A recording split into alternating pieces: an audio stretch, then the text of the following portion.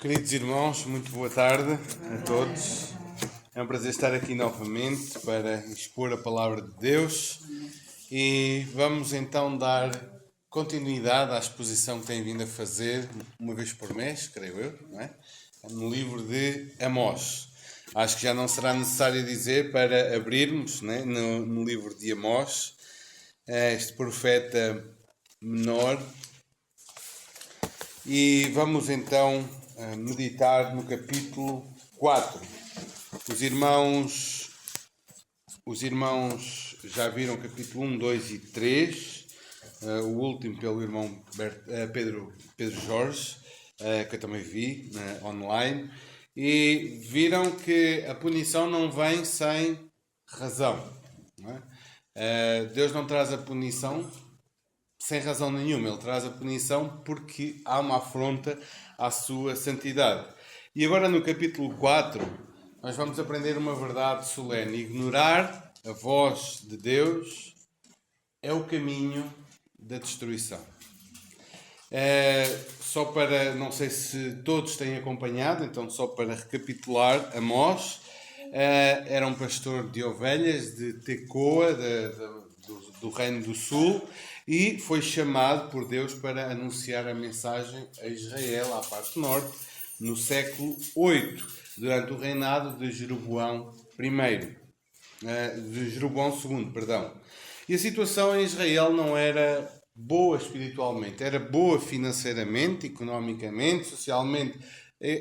O povo vivia bem, mas separado de Deus, mas longe do seu Deus. E o profeta Amós, este pastor que é chamado, ele então é chamado para esta difícil missão de anunciar o juízo de Deus ao seu povo, porque eles tinham abandonado o Senhor.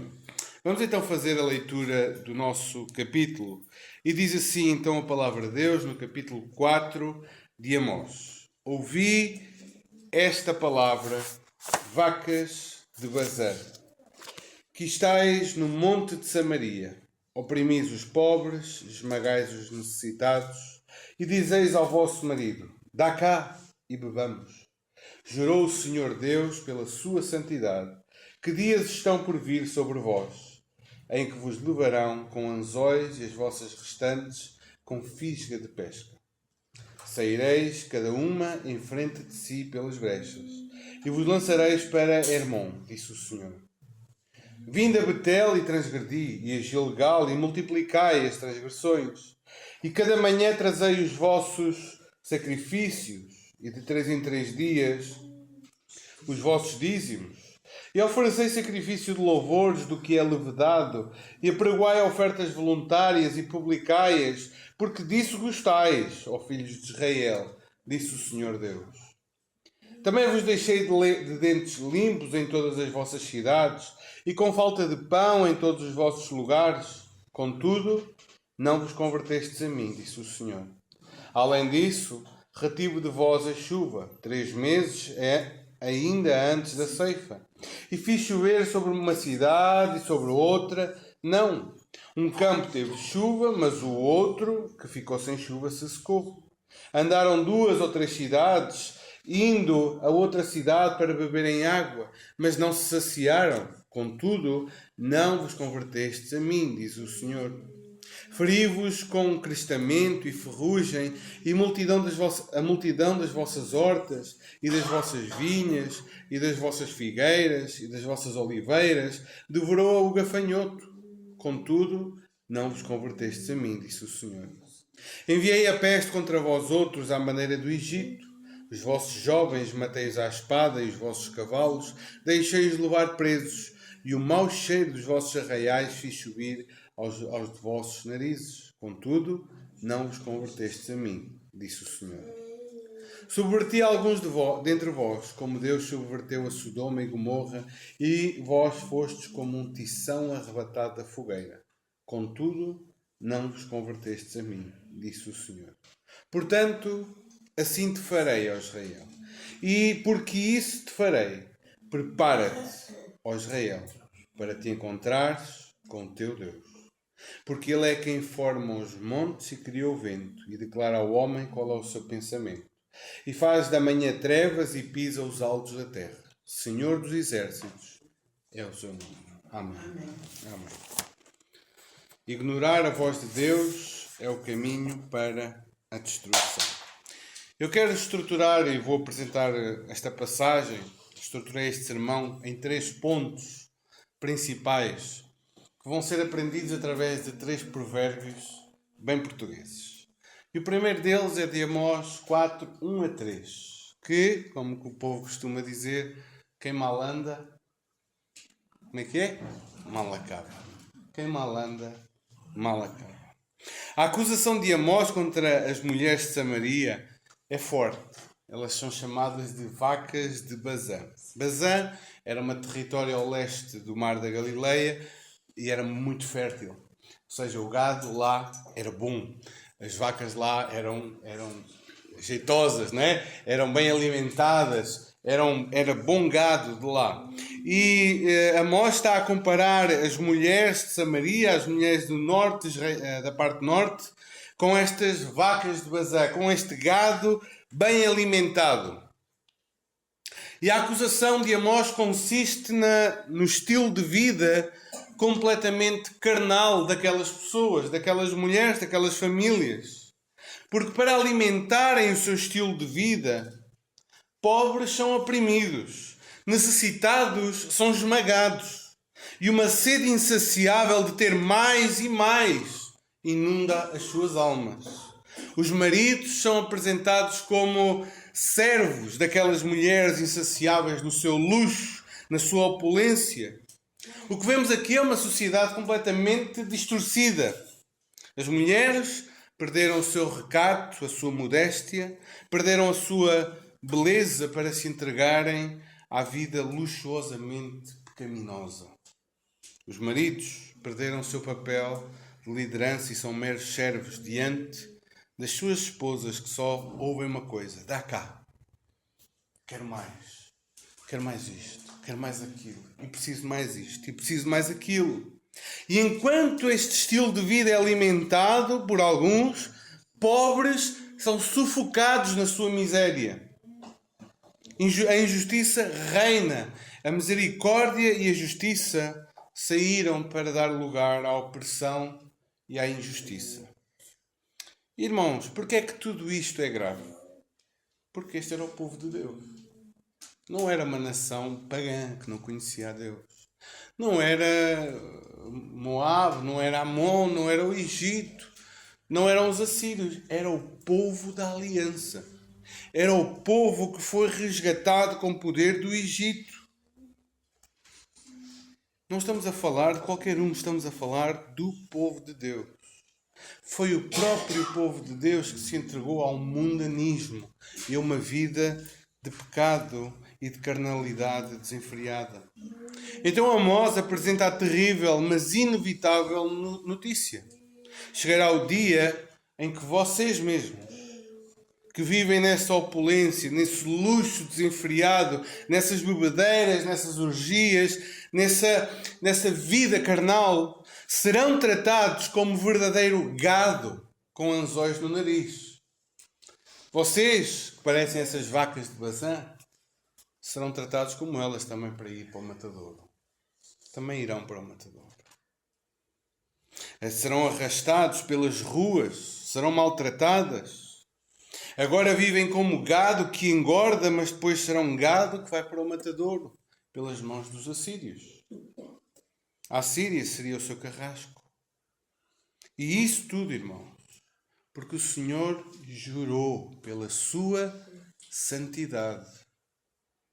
A punição e a destruição são uma resposta necessária de Deus por causa de quem Ele é. Ele é santo e não tolera o mal. E não compactua com o pecado. Ele é santo. A razão principal que Amós nos apresenta aqui para a punição de Deus é por causa da santidade do Senhor. A vida sem regras, a vida sem limites, a vida sem moral, sem pudor, terá o seu fim. Não penses que poderás viver para sempre na lama do teu pecado. O Senhor trará um fim a todo o mal. A sociedade como a conhecemos terá o seu fim. A depravação dos homens terá o seu fim. A afronta ao Criador com a libertinagem terá o seu fim. Deus trará um fim a todo o mal.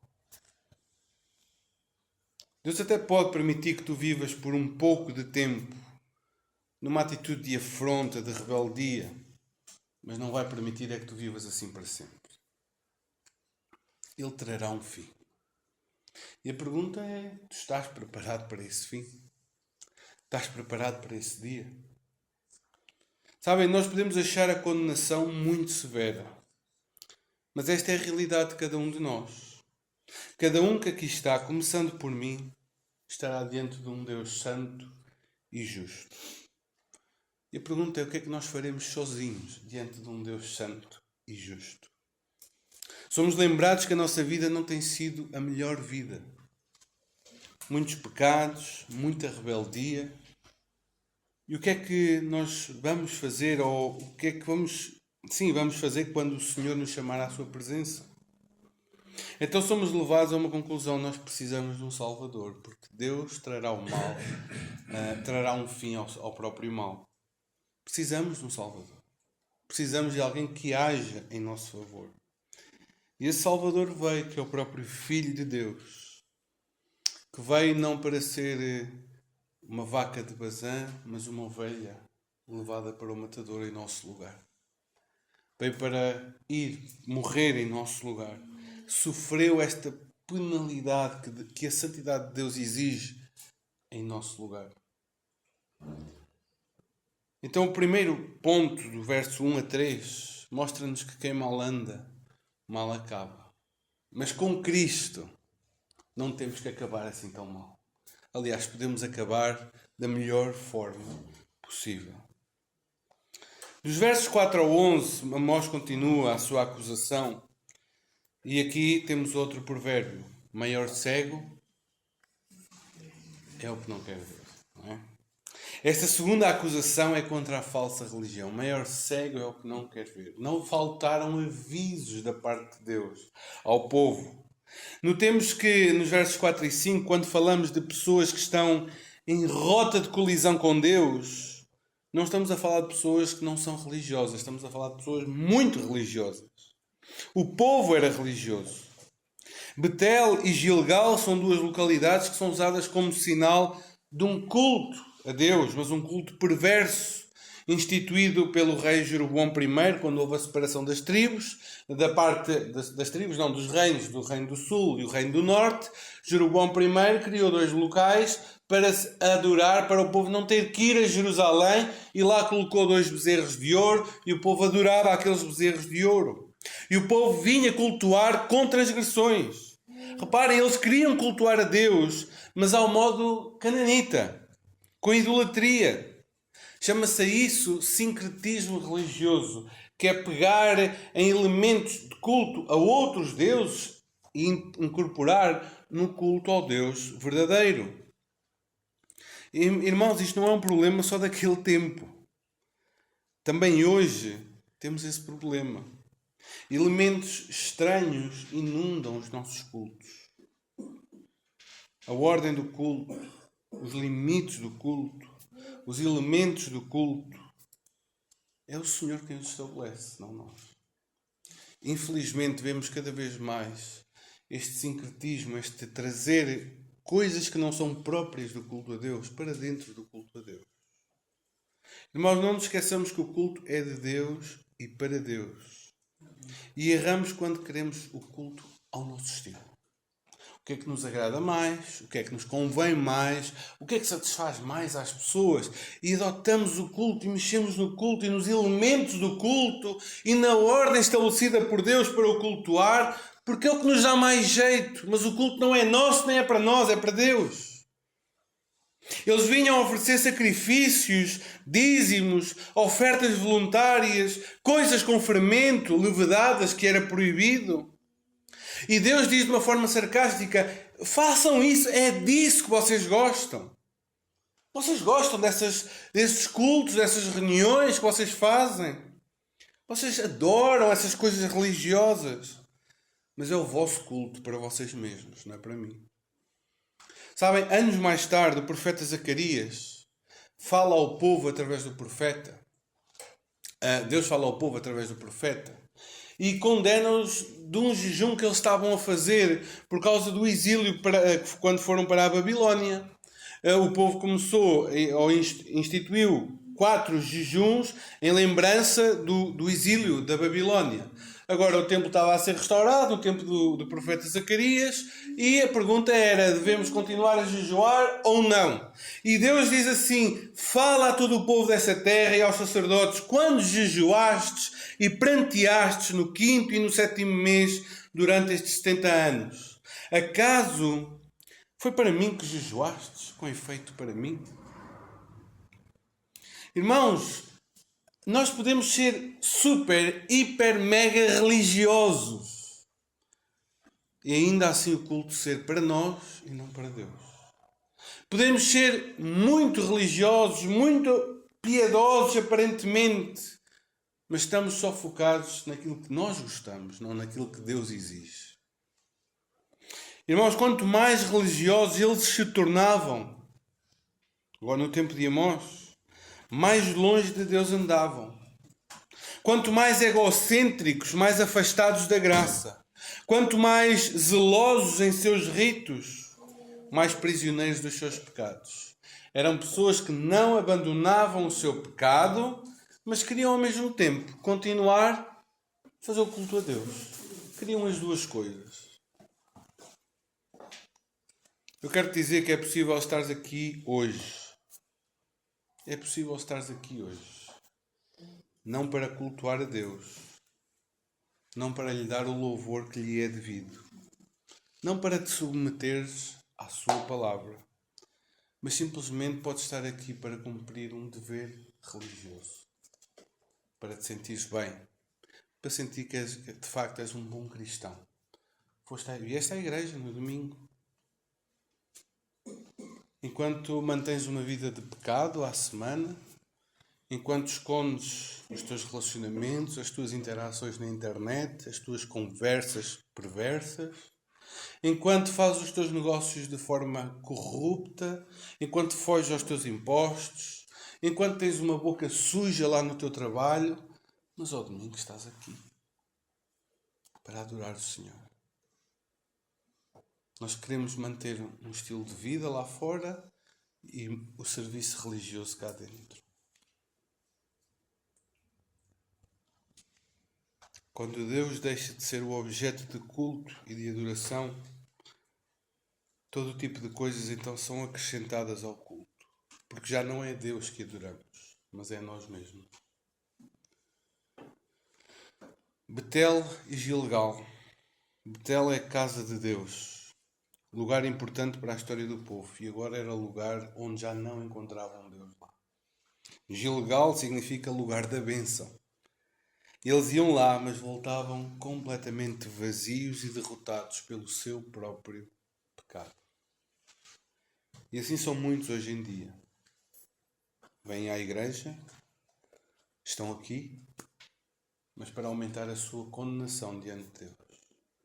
Porque não estão aqui para adorar a Deus. Estão aqui para fazer um serviço religioso. E além desta afronta no culto a Deus, o povo estava numa situação de extrema cegueira espiritual, a ponto de deixar de ver o óbvio. Nos versículos 6 a 11, Amós enumera uma série de formas de disciplina que Deus enviou para chamar o povo ao arrependimento. Mas eles não viram. Não entenderam. Enquanto o povo estava ocupado a juntar, a enriquecer, Deus estava ocupado a enviar-lhes a fome, a peste, a guerra, a seca. Deus enviou várias calamidades, mas o povo não via aquilo que estava a acontecer. Uma pergunta deve ser feita: será que todas as desgraças são castigo de Deus? Algum sinal de Deus? Não é isso. Porém, Tudo o que lhes estava a acontecer porque estava escrito na lei. Todas aquelas desgraças já tinham sido escritas lá em Deuteronômio, em Levítico, em Números, na lei. Se vocês não obedecerem aos meus mandamentos, isto vai acontecer, aquilo vai acontecer. E foi o que lhes aconteceu. E temos aqui calamidades apresentadas, onde no final temos a expressão: contudo não vos convertestes a mim, disse o Senhor. Quais são essas calamidades? O Senhor enviou fome no verso 6. Dentes limpos é uma expressão para fome. A bênção de Deus para a obediência era: bendito serás tu na cidade e bendito serás no campo, bendito o fruto do teu ventre e o fruto da tua terra e o fruto dos teus animais e as crias das tuas vacas e das tuas ovelhas, bendito o teu cesto e bendita a tua amassadeira. Esta era a bênção da aliança: fartura, prosperidade. A maldição está lá em Levítico 26: comereis a carne dos vossos filhos e das vossas filhas pela fome. Enviei-vos a fome e vocês não se converteram a mim. Então, versos 7 e 8, o Senhor enviou a seca. E o Senhor enviou a seca de um modo a ser claro que não era uma coincidência meteorológica. Chovia numa cidade e na outra não chovia. Esta era uma maldição. Deuteronômio 28, 23 diz: os teus céus sobre a tua cabeça serão de bronze e a terra debaixo de ti será de ferro. Por chuva da tua terra o Senhor te dará pó e cinza. Dos céus descerá sobre ti até que sejas destruído. Isto o Senhor deixou claro. Chove numa cidade, na outra não chove. Tinham que andar de cidade a cidade a procurar em que cidade tinha chovido. O Senhor enviou seca. Contudo, não se converteram. O Senhor feriu os campos com doença e com pragas. Verso 9. Mais uma maldição lá em Deuteronômio 28, 38. Diz assim: lançarás muita semente ao campo, porém colherás pouco, porque o gafanhoto a consumirá.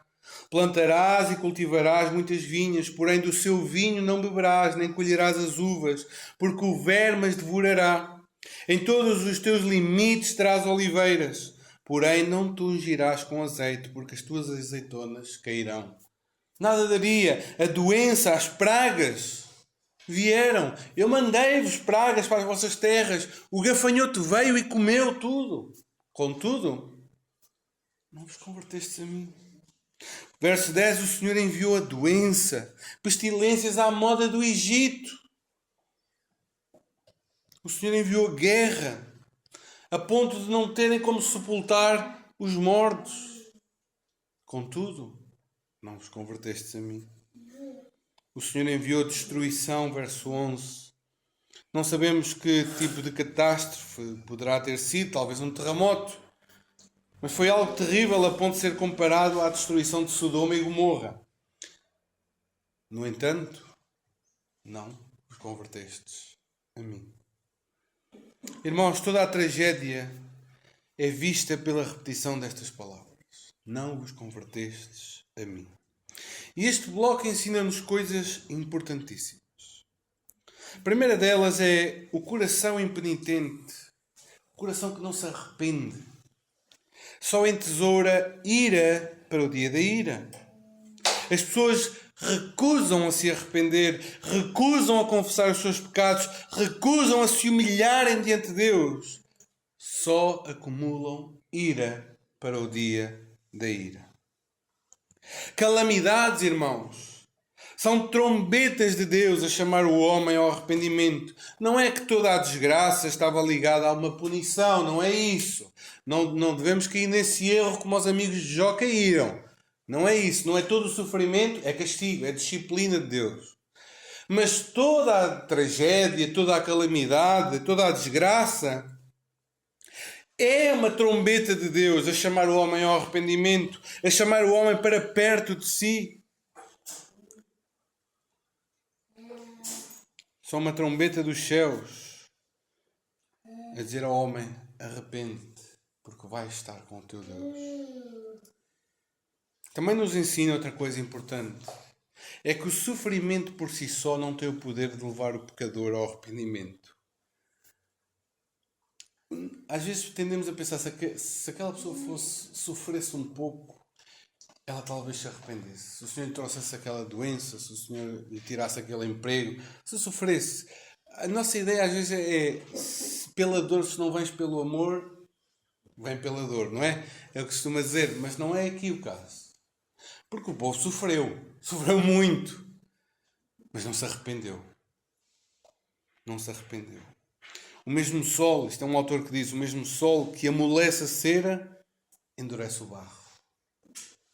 O mesmo sofrimento que a uns vai quebrantar, a outros vai endurecer ainda mais. Os ímpios, quando afligidos, blasfemam ainda mais contra Deus do que se voltam para Ele. Os irmãos leiam, por favor, podem projetar Apocalipse 16:11. Não vale a pena mudarmos nas nossas Bíblias. Apocalipse 16:11. Vejam, quando Deus derramar a sua ira, a sua punição sobre os homens, diz assim: por causa das suas dores e por causa das suas chagas. O que é que aconteceu à humanidade? Blasfemaram do Deus do céu e não se arrependeram das suas obras. Um mundo de coração endurecido, de pedra. Apesar de todo o sofrimento, apesar de estarem a sofrer sobre as mãos de Deus, sobre a ira de Deus, não se arrependem. Sofrimento por si só não salva ninguém. Sofreram mais qualquer um de nós, contudo não se arrependeram. Outro ponto importante, irmãos, é que o amor ao pecado leva pessoas a conseguirem suportar sofrimentos terríveis também. Vejam como o pecado da falsa religião, o pecado da ostentação, do luxo, do prazer, levou aquelas pessoas a suportarem angústias sem se arrependerem. E ainda hoje todos nós conhecemos pessoas, se não a nós mesmos, que estão em sofrimento atroz, mas não largam o seu pecado. Estão a sofrer amarguras na sua família. O seu casamento está destruído. É uma tragédia ir para casa todos os dias, mas não largam a amante. A sua saúde está a decompor-se, mas não largam a bebida, não cuidam da comida. É pecado. Amam o pecado e estão a sofrer com o seu pecado e não o conseguem largar. A vida deles é um suplício porque andam sempre em jogos de paga aqui, dá acolá, a tentar ter mais dinheiro de formas ilícitas. O seu coração anda sempre em sobressalto. Sofrem com isso, mas não largam. Não largam o roubo, não largam a amante, não largam a vida de pecado, não largam o engano em que vivem. Sofrem na pele por causa do seu pecado, mas não conseguem largar, porque o amam. E isto só nos mostra, irmãos, que sem a obra de Deus no coração do homem, não há possibilidade de arrependimento. Se não for o Senhor a chamar, se não for o Senhor a convencer, se não for o Senhor a trazer, ninguém virá. Ninguém virá. Não é por milagres que o povo se arrepende, porque, olha, o povo no Egito viu milagres mais do que qualquer outro. Não foi isso que os tornou melhores. Não é pelo sofrimento, caso os israelitas. A verdade é que se Deus não trouxer, ninguém vem. Jesus, lá em João 6,44, diz: ninguém pode vir a mim se o Pai que me enviou não o trouxer. Ninguém pode vir, não é que alguém está impossibilitado, proibido de ir. Não é esse ninguém pode estar proibido. É ninguém pode de não conseguir ir. Ninguém consegue ir a Jesus. A não ser que o Pai o leve até ele. Então, irmãos, em Cristo nós temos o clímax desta revelação de Deus. O Senhor avisou o povo com diversas pragas, com diversos sofrimentos, e o povo não se arrependeu. Deus revelou-se àquele povo para que ele se arrependesse, mas ele não se arrependeu. E Deus deu-nos um último sinal, o melhor, o maior de todos, o próprio Filho. Veio a este mundo sofrer e morrer em nosso lugar. E ignorar Cristo, irmãos, não é ignorar a fome, não é ignorar a sede, não é ignorar a guerra. Ignorar a Cristo é ignorar o único caminho que Deus estabeleceu para a salvação. Como é triste o fim daquele que ignora o clamor da cruz, o convite da cruz a dizer: vem. Como é triste quando Jesus chorou por Jerusalém, que não reconheceu o dia da sua visitação. Não reconheceu que estava ali o Messias diante dela. Deus tem-te avisado ao longo dos anos. Deus está-te a avisar hoje aqui, esta tarde. Deus está-te a chamar. Não ignores. Não ignores os avisos de Deus. Para de resistir à palavra. Para de resistir ao Evangelho. E não percas a única e talvez a última oportunidade que tens de salvar a tua alma. Terceira parte, irmãos. Versos 12 a 13. Quem semeia ventos, colhe tempestades, não é? Portanto, uma vez, Israel, que tu não te arrependeste, apesar de tudo aquilo que eu fiz, apesar de toda a punição, de te chamar ao arrependimento, portanto, uma vez que isso não aconteceu, não te arrependeste, assim te farei, ó Israel. Assim como vais para o exílio, com os anzóis no nariz. Assim te farei. E porque eu farei isso, que é o que diz o texto, prepara-te então. Prepara-te, ó Israel, para te encontrares com o teu Deus. Irmãos, esta vinda é uma vinda de juízo.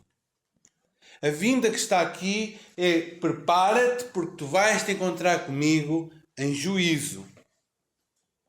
E no verso 13, a razão para Israel se preparar para este encontro de juízo é descrito por uma palavra hebraica que significa pois, eis que. Ou seja, vai justificar porque é que Israel tem que se preparar para se encontrar com o seu Deus. 4 coisas. Porque o Senhor é o Criador de todas as coisas. Israel não se vai encontrar com um juiz da terra, com um homem. Israel vai se encontrar com aquele que fez os céus e a terra. Israel vai se encontrar com o Senhor, que não só é o Criador, mas Ele conhece todas as coisas. Ele sabe todas as coisas. Israel vai se encontrar com o Senhor, que é soberano sobre todas as coisas. Israel vai se encontrar com o Senhor, que é o Deus dos exércitos. Prepara-te. Eu venho em juízo contra ti. Prepara-te. É a Ele que tens que enfrentar. Irmãos, Deus é fiel nas suas promessas de bênção, mas também é fiel nas suas promessas de maldição.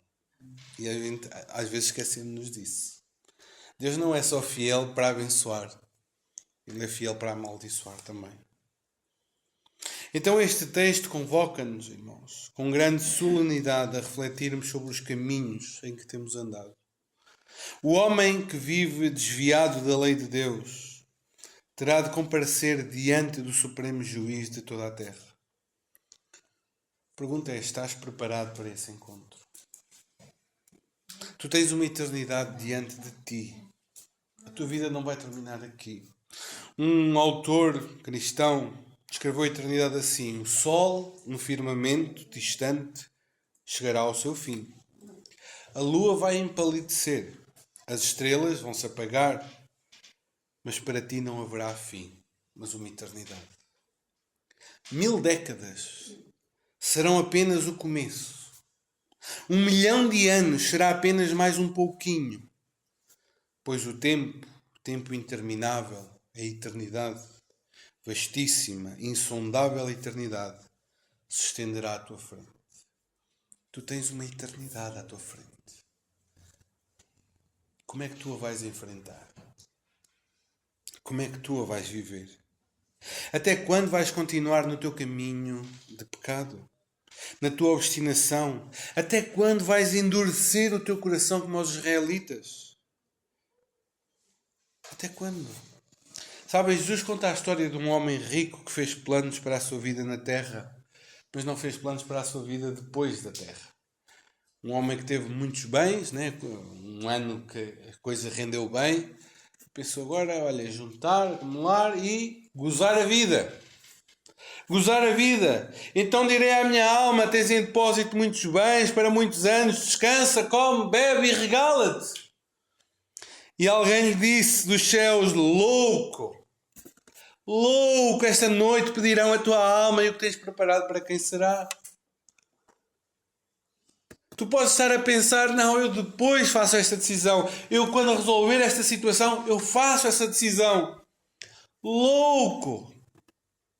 Esta noite é a última noite nesta terra. Isto pode ser verdade para qualquer um de nós. Estás pronto para passar a eternidade? Estás pronto para entrar nos portais eternos?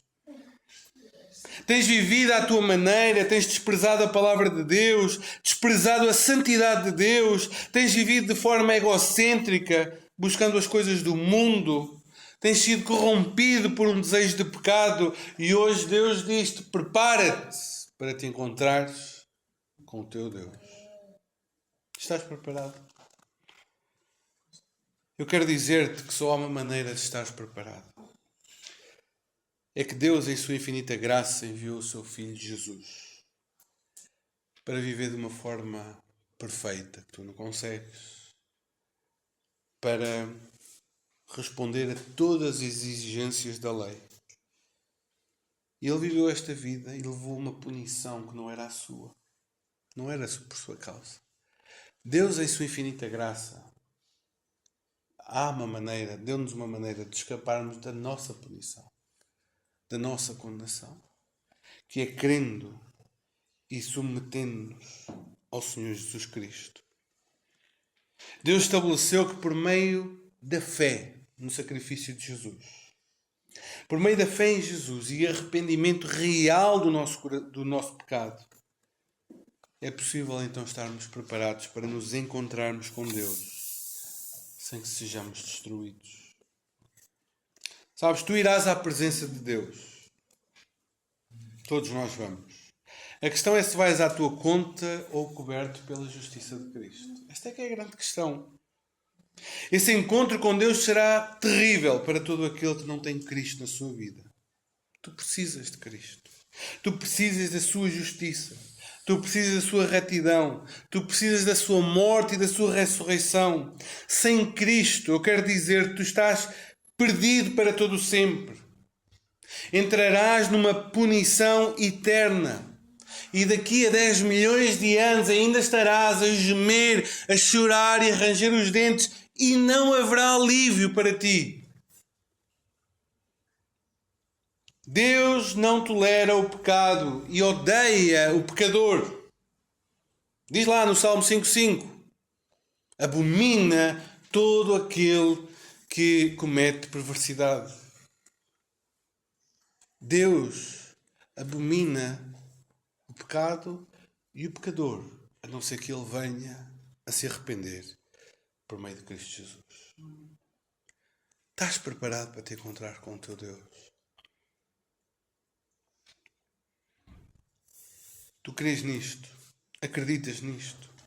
Confias neste Evangelho de salvação? Ou vais continuar neste estado de desobediência por quanto tempo?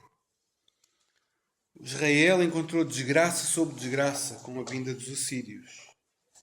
Mas e tu, estás preparado para te encontrar com o Senhor de toda a terra? Eu quero dizer, prepara-te, confiando em Cristo, confessando o teu pecado, e assim terás perdão e restauração. E não serás consumido pela eternidade com a justa ira de Deus, que zela pela sua santidade.